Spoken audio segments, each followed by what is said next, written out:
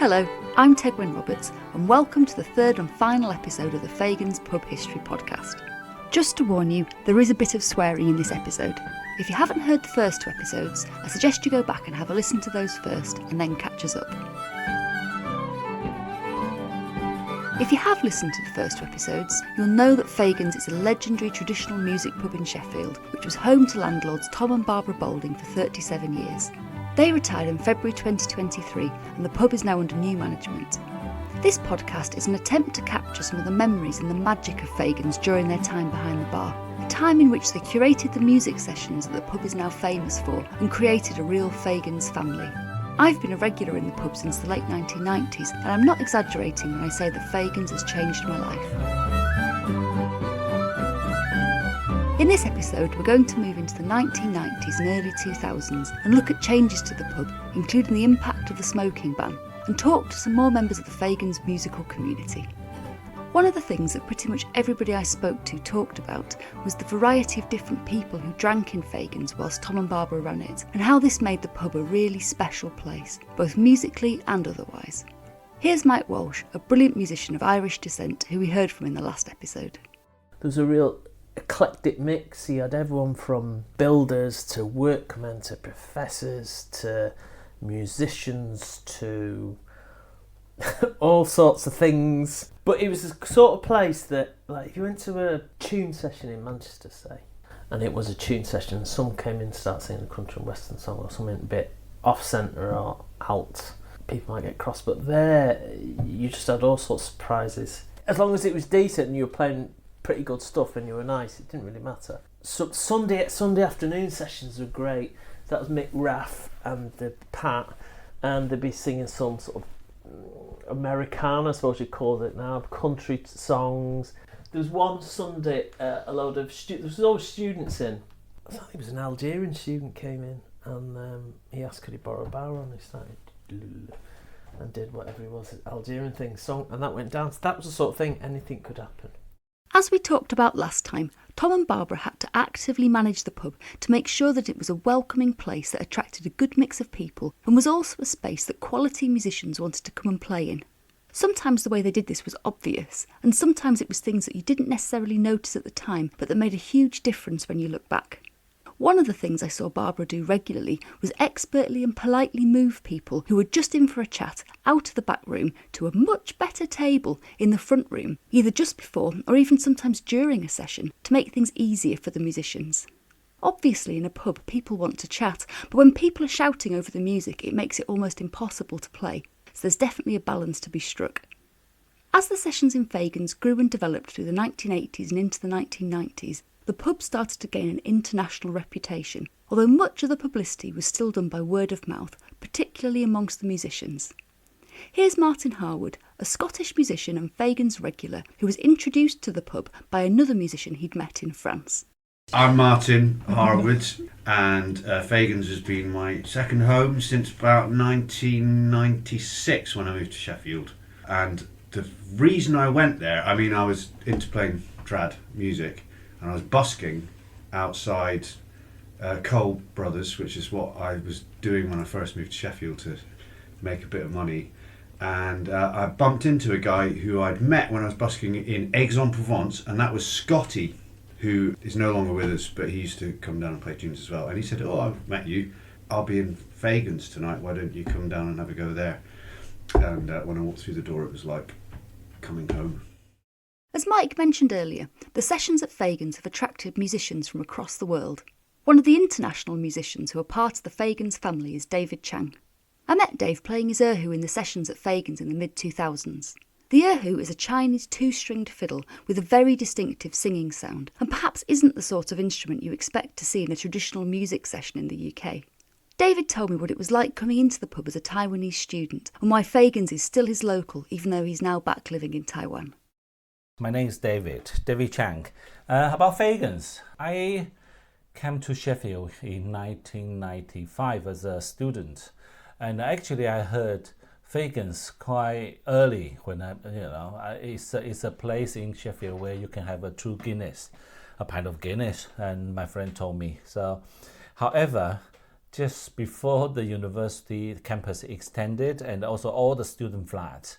Fagans was on the what we call a dodgy side of Sheffield. I remember the first time I came in, probably Tom. It was Tom. Hello, very loud. And because also as a foreign student, if you can see inside of the pub, you normally feels okay to get in. But Fagans, because in the evening they shut the curtains, so from the outside you kind of like, and the main door only there is a small part. You can clear window, you can see inside. Otherwise, it's kind of like, what's that called, mashed or something? You can't see inside. Opaque, yeah. Anyway, so I come in and it was Tom with very big chair. Hello, come in. And I thought, ooh, okay. I saw it's Irish, And the Tom showed me this sign at the back of the door on the top. It's I think it's in Jap. To be honest, I still don't know what that is. But Tom told me that's Japanese, and it was one of the Japanese students used to go there and play Fado. So yeah, so Tom is straight into a very friendly mode, and that's how I really like this pop. You feel like locals. I always say Fagans is my locals, and later on I find out the legendary story of Fagans. So many musicians and famous people as well went there, have a pint, and I'm really enjoying. I'm part of the history. And from the name Fagans, you would presume it's an Irish pub. So I remember that evening I said to my friend, I play Erhu, and I don't know, should I ask them to join them? So I can't remember. I think it was Alison. I asked her, say, can I bring my this Erhu things to join you? And Edison was saying, what? Who? You? I said, no, the instrument is called Erhu. And Edison said, yes, welcome, also the instrument, welcome, just bring it next time. So that's how I started doing Fagans. And I remember the first night I went there, I said, can I do Dubliners? They say, what? I said, Dubliners.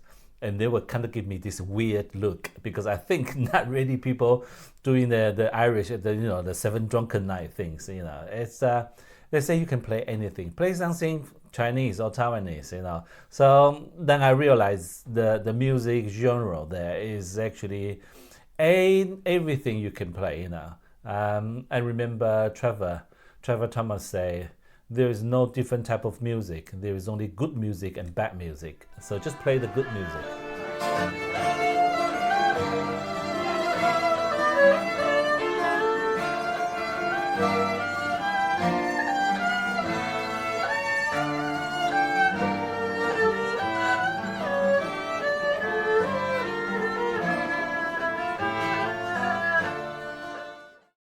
The Japanese student that Tom mentioned to David is Takaji Tamura, who first came into Fagans in the early 1990s. He dedicated himself to learning Irish fiddle music after hearing Nick Farrelly and Patrick Walker in the Fagans back room. The Japanese words above the door, which aren't actually related to Takaji, were a joke in kanji that translates as, "We install and service hangovers."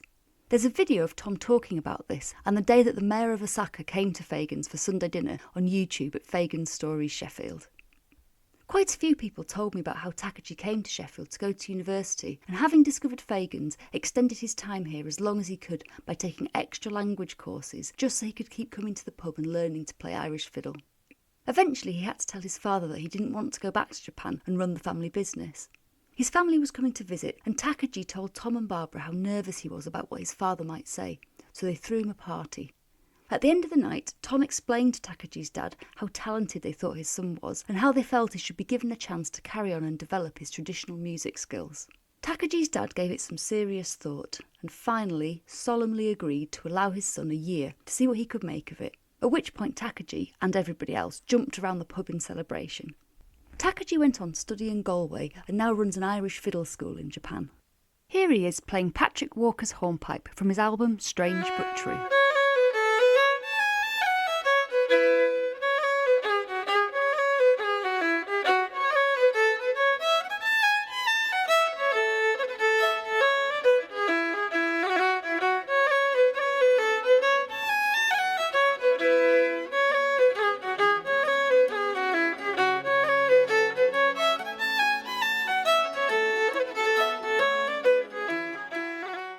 Lots of other musicians have told me that Fagans is the reason that they either returned to music or kept playing and ended up doing the things that they do today.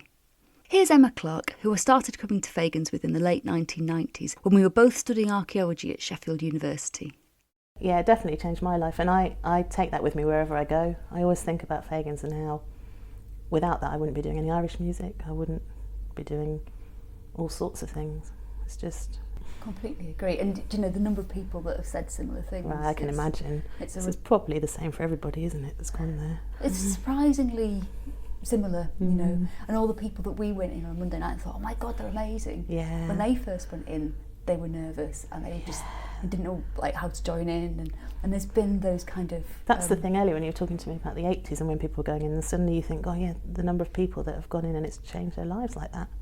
It's incredible, really. And actually I remember for years and years I didn't dare to play by ear, so that people sometimes ask me now when I do Irish jigs and reels, they say, well, where did you learn to do that? And I sort of I say, well, I was in the pub for 4 years and that's how I learned. Slowly. In true Sheffield style, Fagans has been the workshop where generations of musicians have learned and honed their craft. Musicians who've gone on to record music, to perform and teach across the world, making an impact on both the local and international folk and traditional music scenes. Fagans and its community has inspired and supported so many people. For a tiny, unassuming backstreet pub in South Yorkshire, it really does have a huge and lasting legacy. My name is Will Hyans and I have been playing music in the pub for quite a few years, since longer than I can remember really at the start of it. And it's blurry because I was introduced to the place by a friend of mine who'd moved to Sheffield. Gradually I realised I never had a crap time in Sheffield and the music was just brilliant. And I got over my nerves and plucked up the courage to play along a bit. I've picked stuff up and I know when to shut up if I don't know what to do.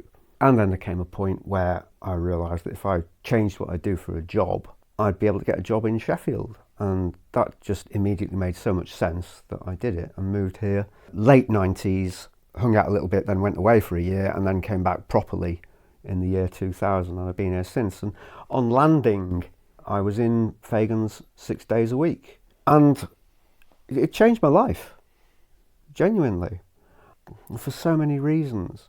There was a spirituality to the sharing of music in that place because it's not a performance venue. The seats aren't in rows. It's totally organic.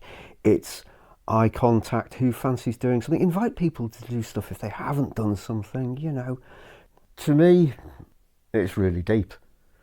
And of course, I transitioned from playing guitar all the time to playing more and more bass. And of course, what I would find, standing in the corner at the right-hand end of the piano, I've got eyes on his left hand. So I'm able to follow his bass lines with a little bit of advance warning. Just that fraction of a moment of which way his hand's going. So, that helps tighten things up. And of course, we learn tricks like watching the lead singer's lips so we get the syncing exactly right and all this sort of stuff. I learned a lot in that place. I learned an incredible amount. So, back to the pub itself. Mike Fleming calls it the pub at the end of time, and Richard Hawley describes Fagans affectionately as the rotten tooth in the jaw of modernity, and for good reason. Tom and Barbara did some renovations when they first arrived in the 1980s, and there have been a few cosmetic changes since they retired, including some big new murals in the backyard. But apart from that, the pub has changed very little in 70 years, which is a bit of a running joke amongst the regulars. Here's Martin again with Kath James, a great fiddle and viola player who's also been a regular since the late 1980s. The upholstery changed. Yes. At some point in the past 20 years. Recent. That was quite recent. Yeah, 15 years ago or something. Yeah, and the curtains and everything. New curtains. The tables changed as well. Do you remember the day the tables changed? They used to be You had rectangular. the rectangular ones down the middle and the round ones round the edge. That was radical. But it hasn't changed much, as you can see. It's basically, there used to be a cigarette machine by the wall, and that was somewhere you could, if you were standing in that bit in between the bar and the back room, you could put your pint on there, and that's gone. Didn't they used to have a one-armed bandit as well? They had a gambling remember. machine in They there. might have done. Was that where the coats, next to where the coats was? Yeah. Just around that central Yeah. pillar thing, there was a fag machine and a game. I'd forgotten all about that. Yeah, used to rattle out the coins in the middle of a session sometimes. Apparently there was a short-lived battle over the tables between Barbara and some of the musicians, who found the rectangular tables easier to rest their instruments on and would quietly swap them back when they thought she wasn't looking. Of course Barbara won in the end. One of the other minor changes that people talked about was that the benches in the back room used to have space underneath. This was good for storing instrument cases and was also a favourite resting place for the pub dog Patch. I only remember Patch as a very old lady, but she adored Tom and would do anything for a polo. Apparently she would also join in with the sessions sometimes. Tom told me that on one memorable occasion she sat down in the middle of the back room whilst regular John Blythe was singing and accompanied him by howling all the way through, prompting another regular, Paul Toner, to chip in dryly from the corner. Well, everyone's a critic. Another Sheffield folkie, Annie Smith, told me that she once made the mistake of putting her coat underneath the bench during a session. When she went to put it back on, she found that it was in rags. Patch had spent the session happily chewing it to bits. Tom offered to buy her a new coat as long as she didn't tell Barbara. Now I think it's fair to say that Barbara was not Patch's biggest fan. In later years, after Patch died, Tom and Barbara inherited another dog from their daughter Leanne, a chocolate Labrador called Twix, who also became a fixture in the pub. I haven't heard any stories about Twix eating coats, but she could hear a crisp packet open from pretty much anywhere in the building. Apart from the change of dogs, one of the most noticeable changes to the pub in the time that Tom and Barbara had it was the smoking ban. This came into force on the 1st of July 2007. Before this, Fagan's was known as being a particularly smoky pub. In fact, it was cheekily nicknamed Fag Ends by some of the regulars. I'm Alison Clark, and I started coming to Fagan's actually before I lived in Sheffield. I had friends here, and each time we came over we got taken down to Fagan's, and at the time my partner played and I didn't play music, so he'd join in with the session, but I really loved the music, so I like to come down and have a listen and also to see my friends because it's a great social hub. And now it's not physically my local, but it is spiritually, I guess. One of the memories for me is that a lot of the musicians did smoke, and then what they tended to do was they'd get to end of a set of tunes and get out another cigarette and light it up. They'd take a couple of puffs on it, and then somebody would suggest another tune, so they'd all put their cigarettes, which were still lit and smoking, in the ashtrays on the tables in the middle of the room and play the tune while the cigarettes all burnt down. And especially the back room was a real fug. And they used to have square tables in the back room, and on the old tables there were loads of little burn marks around the edges where people had they shouldn't have done this, but they rested their cigarettes on the table, and as you say, they then burnt down and just marked the edge of the table. So, but it's you know, it's a funny little memory, I suppose, now.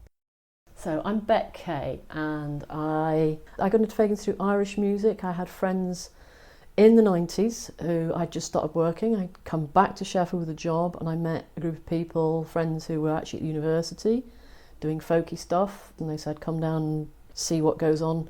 At a couple of sessions elsewhere, the Red House session, and once I played there a couple of times, they played in Fagan's. So when I first went, it felt like the step up to Fagan's. Fagan's, when you're first learning, was the sort of place where you went when you're a little bit more confident. I played a little bit of, I played tunes on the recorder initially.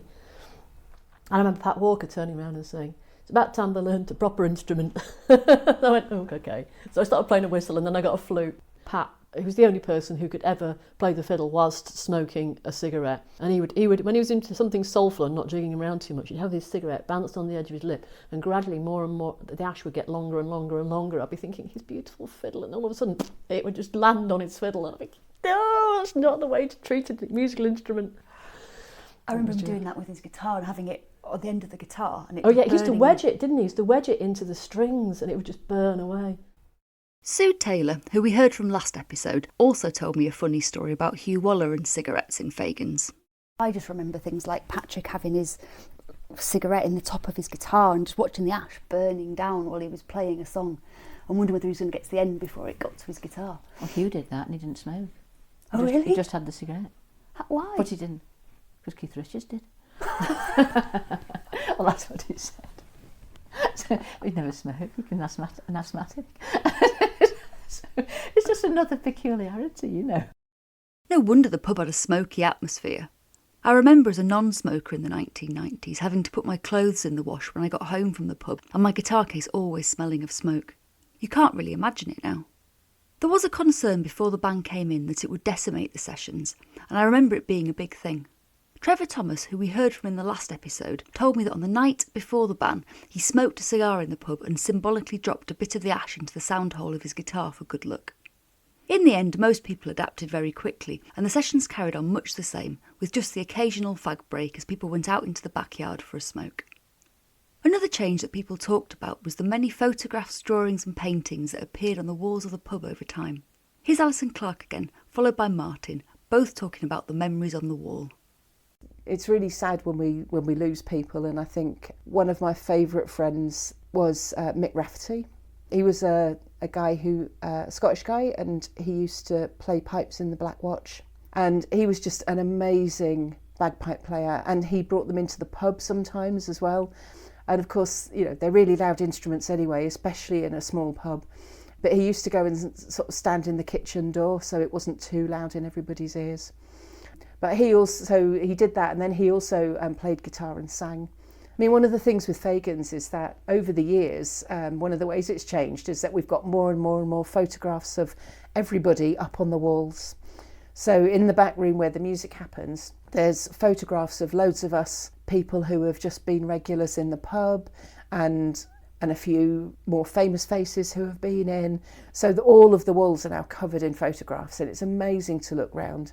And some of these people like Mick Rafferty and Hugh Waller, who we really loved, you know, people like that are still up there on the wall, sort of in front of us and looking down while we're having a sing. If you sit in particularly the back room, you can see memories of people and events like Dave Chang's citizenship party and various St Patrick's nights and anniversaries of Tom and Barbara having the pub and so on, and that's really nice to see that. When Tom and Barbara left, much of the artwork left with them, as the pubco didn't want it. Happily, the new tenants felt differently, and many of the musicians' photos have made their way back over the past few months. I talked to Dave Chang about the photograph of him that Martin mentioned. There's a picture in the back room of you with a hat and a Union Jack flag, and I'd like to know more about that, please. Yes, that's probably the day I qualified as a fake Yorkshireman. I came to this country in 1993, and 10 years after that you can become a permanent resident. Then 2 years after that you can become a naturalized British citizen. So I think that's when I became the British citizen in 2005. I think, or 6, I can't remember. And you need to take your oath to the Queen Elizabeth II. So during the day, I went to Town Hall to do the ceremony, and Barbara joined me, actually. It's kind of like a big day, a serious event. So I was there taking my oath to the Queen. I'm more British than all the British, because you never done that. I have. And so after that, I just, Barbara said, come to the Fagans. And Tom prepared a meal and have a formal dinner. So in that evening, I think it was John and Janine coming in, and they come in with this big Union Jack and this bowler hat. So just say, come on, take a picture. So that's why proud to be a British and a fake Yorkshireman as well. There's lots of other pictures that you've taken in the back room. Yes, I'm a photographer and I like taking pictures, and fortunately most of my friends don't mind me taking their photos. Actually, I always think taking picture of the musician is the most beautiful thing, because when they're playing, their mind is in the music, and you just catch the appearance of their facial expression or the whole thing, but it's actually showing a person who expressed their feeling. So so I had a huge collection of all my musician friends, mainly from Fagans. And one day Tom says, I want to put their pictures, those who come to Fagans regularly. And I think that's a very good thing, like a Hall of Fame, isn't it? So we put all the regulars on the wall. And I said, Tom, you have to put one of me. And so I forced him to put one of me as well. So I'm some kind of like enjoy the celebrity status at the back room of the Fagans. Dave's story is yet another example of how much Tom and Barbara supported their regulars, who often became friends as well as customers and were treated like an extended family. We've heard about Tom cooking for people in previous episodes, and this extended to invites to Christmas dinner for those who were spending the day on their own. Here's Stephen Gilmer, who we heard from in the last episode and who worked behind the bar for a few years in the late 90s and early 2000s. How do you end up at Fagan's for Christmas dinner?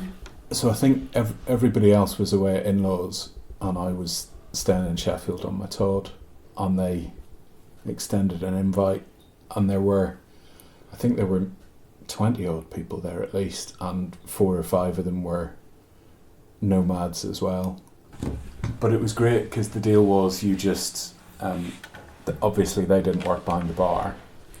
Tom did all the cooking in the kitchen, but it was literally an open bar.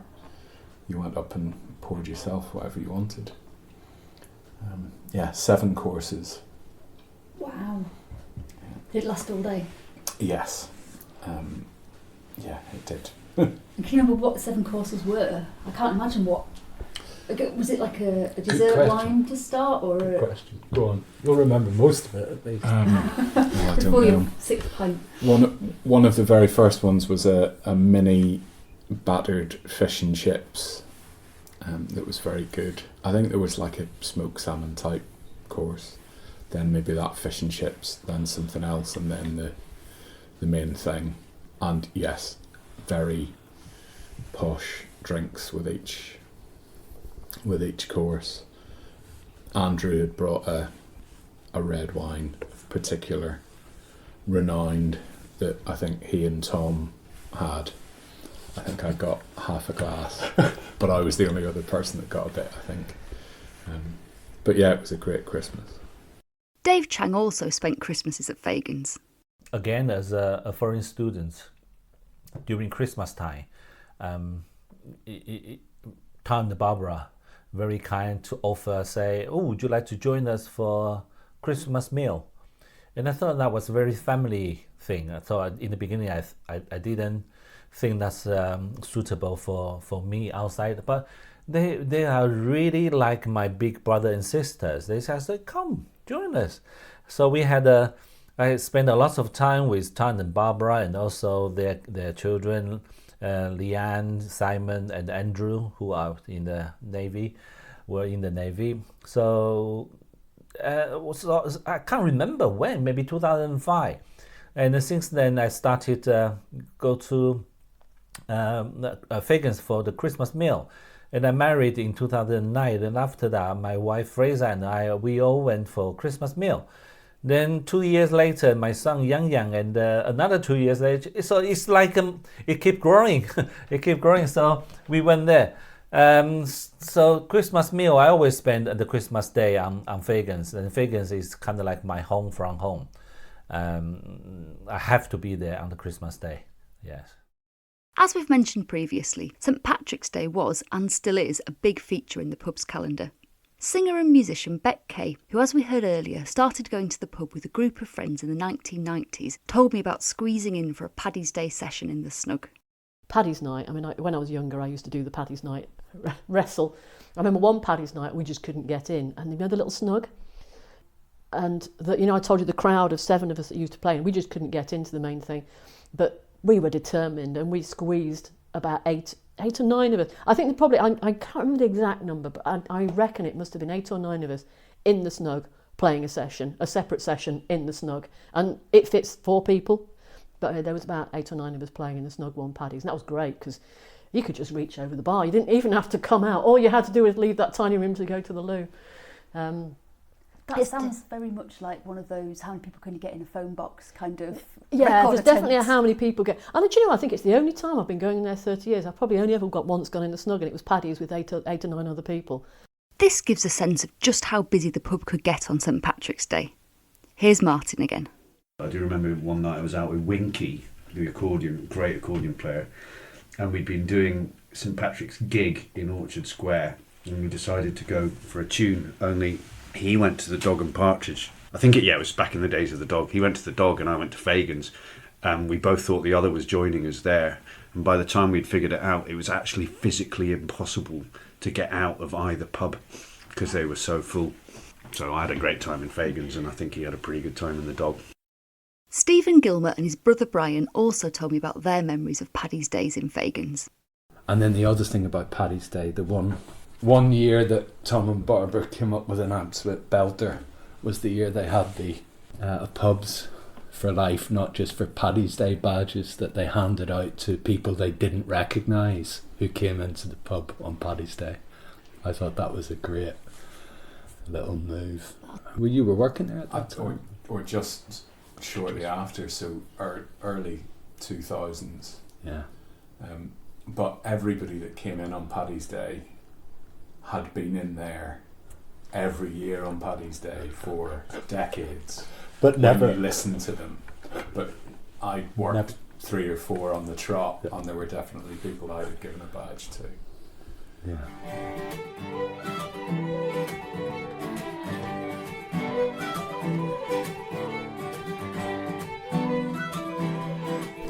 And have either of you got any memorable events or kind of nights in Fagans that sort of stick in your memory? I think for me it was the first Paddy's Day that I worked in there.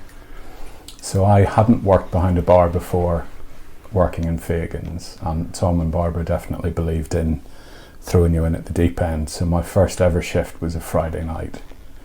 Really busy, but went absolutely fine. But that first Paddy's Day was something else. It was just non-stop from when the doors first opened to well after closing. The great thing for me was that everybody was buying me drinks as well. So I had 4 or 5 mates in for the whole day. None of them had to buy a single drink all day because there was no way I was getting through all of those, so they got them.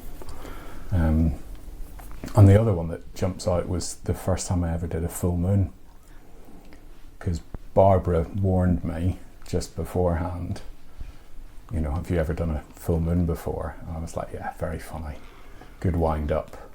And by about an hour in, I was going, what what has happened? Lunatics exist. Yeah, and just, yeah, there was something about that night, and it was like a midweek, nothing else particularly odd or special happening, but just lots of characters in. So it definitely wasn't a wind-up. I remember seeing moon charts on the wall of the pub when I first started going in the late 1990s and wondering what they were there for. Tom explained to me that the full moon really did make a difference to how people behaved in the pub, but like Stephen, I didn't believe it until I experienced it firsthand. There's a video of Tom talking about the moon charts on YouTube at Fagans Stories Sheffield. As we've said a few times now, there was and still is a real sense of there being an extended Fagans family, and as with any family, there are in-jokes and sayings that develop over time. One of these for me is when things are a bit odd around the edges and it feels like everybody's drunk a bit too much coffee. Somebody will inevitably ask, is it a full moon tonight? Which it quite often is. There were also lots of jokes around getting some of the musicians out of the pub at the end of the evening, which could be an uphill struggle. Here's Brian and Stephen again. There were some classic one-liners over the years in Fagans that amused me. Obviously, the taxi for Godot. That's what he used to always say. So if you'd asked Tom to phone you a taxi in the days before Uber or any of that, when the taxi came to the door, quite often they'd leave again because people took so long to get their instruments packed up and get out the door. So there used to be a whole dynamic about the taxis. And Tom used to just, when a taxi driver arrived at the front, he used to just stick his head in the back and shout, "Taxi for Godot." So that was one catchphrase. The other one was, "Give us the one you got 6 months for." I've heard that lots. I don't know where it came from. So again, you know, it used to be, you know, if, rather than saying, "Oh, give us your best song," or give us the one you got 6 months for," which was always shortly followed by, "Now give us one up the album," if Mark was in. And again, I've no idea where that came from either. I think while I was working there, Kath, who was in the kitchen, was always really good to have on a shift with you, because if anybody was mucking about, she would sort it out as well. She was also brilliant for getting everybody to leave at the end of the night. I don't know if I can go X-rated, but the quote was always, "Sup up, fuck off," at the end of the night. And a lot of the other bar staff, like Simon, their son, used to work a bit as well. Leanne too, David Bagnall, quite a few people. Tom's niece did one shift one night while I was working as well, and I find her a bit confused staring up at the whiskies at one point with a guy on the other side of the bar laughing his head off, and me sort of going, what's this about? She was standing there looking at the whiskies with a £5 note in her hand, and she said, "I'm looking for the ones."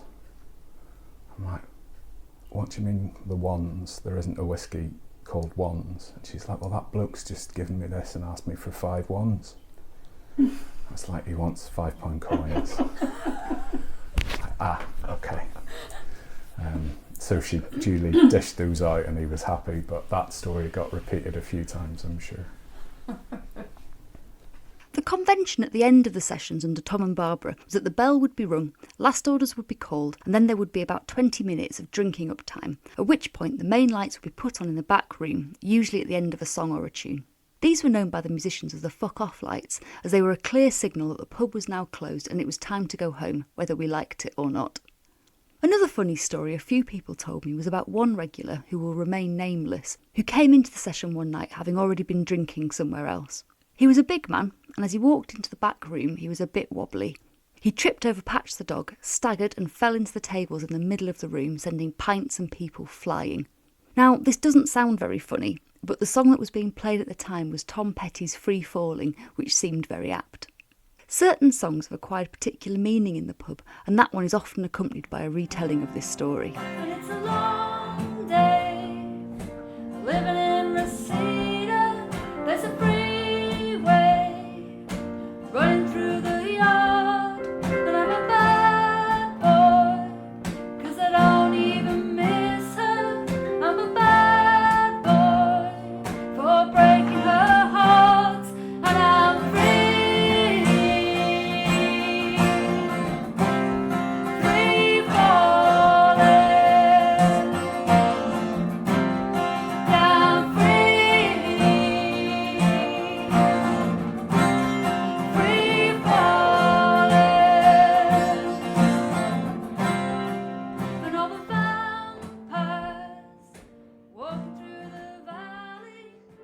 I asked people about other memorable evenings in Fagans, of which there have been many.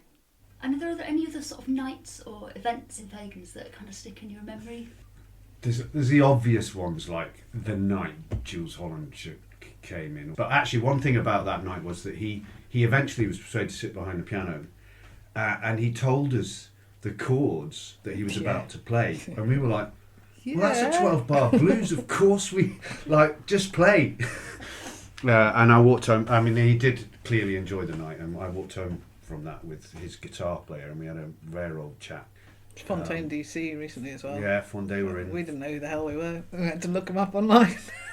Embarrassing. 2 or 3 Irish lads, young, in their 20s, I guess, came in with a pretty substantial entourage. You know, they'd got wind, and everyone's very respectful, very listening, and the guys were like that, listening. They'd obviously met Tom and Coleman before. Anyway, they were asking us questions about the tunes that were playing and all that, so that's good. And when I went home and Googled them and found that they had just the week before been number 1 in the British and American album charts. So they're obviously, there you go. Quite famous, but that's the thing about Fagans though, isn't it? That people just get treated the same. Yeah. Well, the Arctic Monkeys used to sit in their corner, but they didn't make a peep. They were just having a pint and a listen and a chat and all that. It's not really about that stuff, is it? No. I remember chatting to a guy at the bar. You might have been in. But, you know when you sort of think you recognise somebody and you say hello and he said hello back and, "Oh yeah, how are you doing?" "Yeah, I'm fine." Yeah, had a bit of a chat. Went to the back room thinking, "Who is that?" And then it turned out it was Shane Meadows. And I didn't know him. Oh right, and there he you was go. just having a nice pint. And he was so polite and lovely. Jeremy Hardy as well. What's he going? He was at the bar, a few times, yeah. Didn't really talk to him. Tom introduced him to me. So after all of that, famous nights in Fagans with those guys, or the night that Tim Witherspoon or Dwayne Eddy or whoever were in, and there's pictures of those on the wall. I think some of the nights that really stand out are when you're in on a Wednesday night or a Tuesday night and there's half a dozen people in the back room and no one in the front, and the music just flows, and because there's not many people around, you can try stuff out and you don't have to thrash and all of that. That's like Tom and Barbara will be there listening, and they're part of the gang. Yeah, I think that Fagan's magic's really hard to put your finger on. It doesn't always happen, and then sometimes it just does, and you're not. Yeah. Yeah, you can't really put your finger on it, but it is magic. Talking of Shane Meadows, Tom actually ended up in one of his television series. Shane had been to the pub a number of times with Richard Hawley, and when he needed somebody to play an Irish landlord, he didn't need to look any further than the other side of the bar. There have been lots of famous faces in Fagan's over the years, and they were always welcomed in and made to feel like part of the family, the same as everybody else. As Martin says, although there have been nights with legendary musicians including Jules Holland, Dwayne Eddy and others, most of the people I spoke to said that the most memorable nights for them were the regular sessions where a moment of musical magic just happened. There were also lots of funny musical moments amongst friends, which are equally memorable in their own way. Here's Will, Kath and Martin talking about some of their Fagan's session memories. I have a memory that is very, very distinct of a session that was rammed full. There must have been 20 or 30 people in the back room. Fiddles, squeeze boxes, whistles, loads of guitars, of course, and there was this set that was being played. Now, I'm just in case there's somebody listening to this who doesn't know what a set is, right?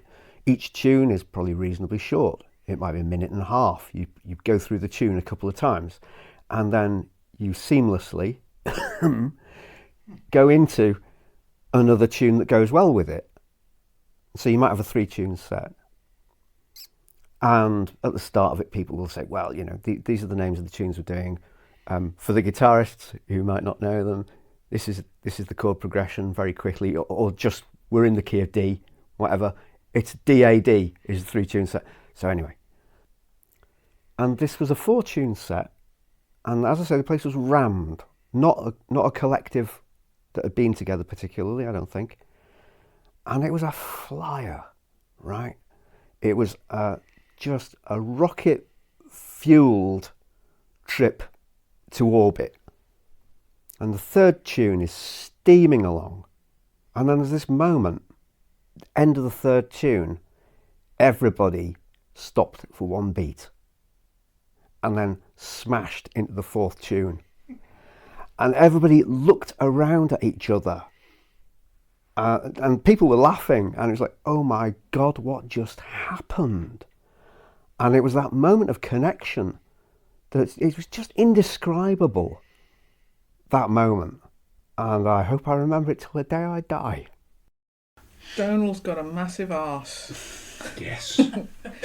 Tune set with 4 tunes in D, then G, then A minor, then A. And who was Donald? Bowron player and all-round good guy.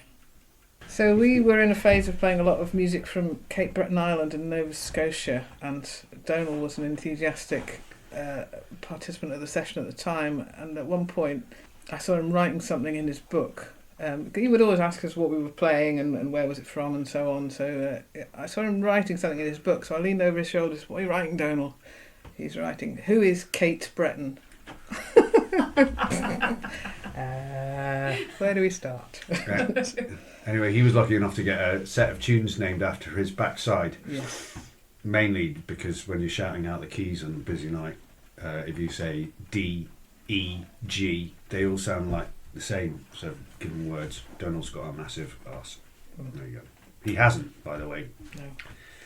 So have you got any funny Fagan's memories? So mine involves our dear old friends Brian and Dennis, who were Sheffield's very own answer to Waldorf and Statler, I think. They were a bit more complimentary than them, but they had that kind of vibe. 2 old blokes sitting in the corner. They were always there. And occasionally I slip semi-consciously into Scots vernacular. And there was one of those quiet Wednesday evenings where we were having a tune and I was playing, and Twix, the dog, came and sniffed my armpit during a tune, and I said at the end, oh, the dog sniffed my oxter. And I heard immediately afterwards Brian turn to Dennis and say, nah, what did he say? And Dennis said, he said the dog sniffed his oxter. In English it's arm oil. And that really tickled me. That did. That's lovely. Dennis and Brian have sadly both now passed away, but they were a feature of the pub for many years, sitting in the corner of the back room listening to the music. Dennis was one of the first people I met in Fagans, and he became a good friend. He continued to come to the sessions right up until he died in his 80s, and that's not unusual for Fagans. I think the oldest patron was Johnny Burney, who was still singing until he passed away at the age of 104, which is impressive by anybody's standards. I think it's also important to mention how the regular sessions in Fagans have been part of people's routines over the years, framing their weeks and forming the backdrop to people's lives. Here's Brian Gilmer again. For years it was my release, at the end of a working week. Having a Friday session was really quite nice, because at the end of the week I'd go to Fagans, thank God. And for years it created something in my calendar. So for years I always spoke to my parents on a Friday after tea on my way to Fagans. And sometimes that could actually frustrate Tom and Barbara, because sometimes the conversation hadn't finished at 9 o'clock and I'd be stood out the back still talking to my dad going, I need to start the session now, Dad, can I speak to you about this tomorrow or next week, whatever. So it was part of my sort of clock, my calendar. Hopefully it will remain so. It probably goes without saying that there have been thousands of events in Fagans, from wakes to birthdays and everything in between. And whatever the occasion, with it being Fagans, they were always filled with music. Here's musician Claire Gilmer. Lots of good music, and you never know quite who's going to be there, but most of the time there was something delightful about the combination of people who were in. And I'm not a singer, but there was something really special about the room lifting up in voice to join in a chorus or something. That was just absolutely special. I don't think I've heard that anywhere else in the same way. Yeah, Tom was a part of it. Brilliant, brilliant. The best happy birthdays you're ever going to hear in a pub and all that stuff. Really special.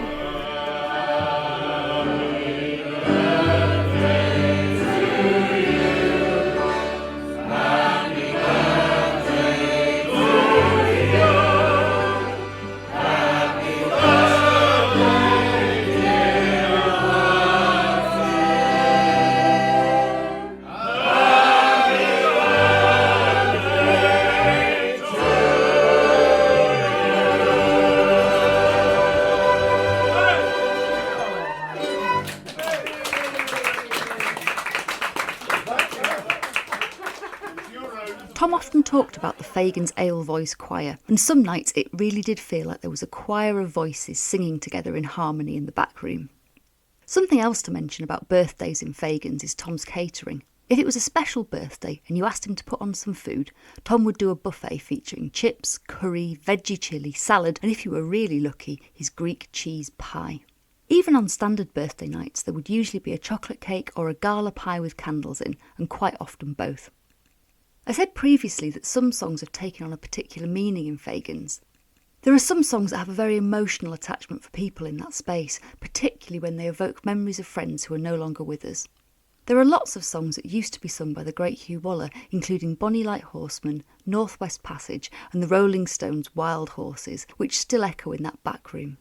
For me, there's also Here's the Tender Coming, which Dennis always asked me to sing at the end of a Wednesday session, and The Dark Island, which is played when somebody in the community has died. Everybody I spoke to had their own Fagans songs and tunes, but some were repeated again and again. Indiana, sung by Tom, Goodbye Old Ship of Mine, originally sung by Gina and later by Pat, Sally Wheatley, also sung by Pat, Navigator, sung by the wonderful Nigel West, Coffin Ships, Boys of Fair Hill and Take Me Out Drinking, sung by Brian Gilmer, and Steve Earle's Copperhead Road, sung by Chris Coates, to name but a few. So this brings our Fagans History podcast to an end, at least for now. I hope I've managed to give you a small insight into what is in some ways just a small pub in Sheffield, but it's so much more than that. Fagans is steeped in music and history and people, with a heritage stretching back over 200 years, and as pubs across the country are struggling and session pubs are closing, it's an increasingly rare and important thing.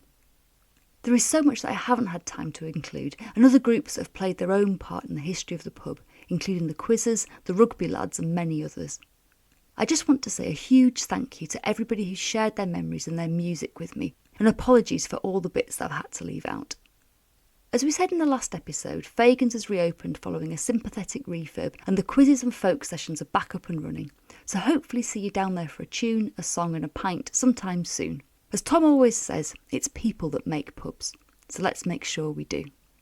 People are still sending me their stories, so there might be another episode in future, but for now I'm going to leave you with some final words from my lovely friend Emma Clark and some music from Patrick Walker, recorded of course in the back room at Fagans.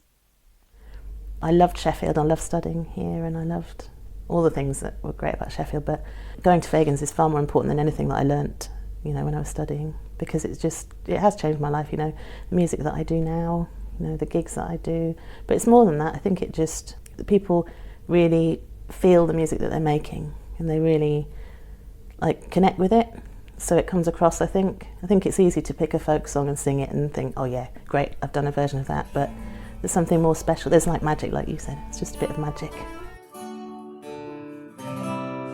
So I'm most depressed inside when it once was blind and glad I could trip about the town, both trim and neatly. I was happy night and morning, but of all such joys I'm sure, since I fell so deep in love with solitude. Oh, dear me, what am I doing? Sounds taken, we are to wait completely, and I never get it back, 'cause she comes with Mr. Black. They say he's gonna marry Sally, and it's all in me. What am I doing? Sally's taken, we are to wait completely, and I'll never get it back, 'cause she comes with Mr. Black. They say he's going to marry Sally. I say he's going to marry Sally.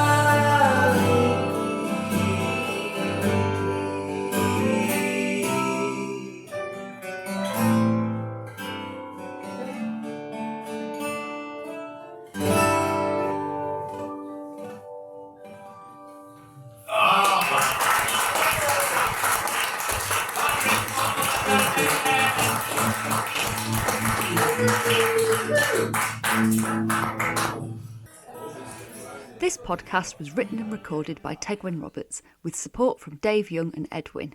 It was produced by Steve Dunbobbin. With music by David Chang, Takagi Tamura, Patrick Walker, me, Trevor Thomas and Chris Coates. With thanks to Mike Walsh, Emma Clark, Will Hyons, David Chang, Alison Clark, Beck Kay, Sue Taylor, Stephen Bryan and Claire Gilmer, Martin Harwood and Kath James. With special thanks to Tom and Barbara Balding. Last orders, boys and girls. Any more for any more? Last orders at the bar. Look, everybody get 3 pints in.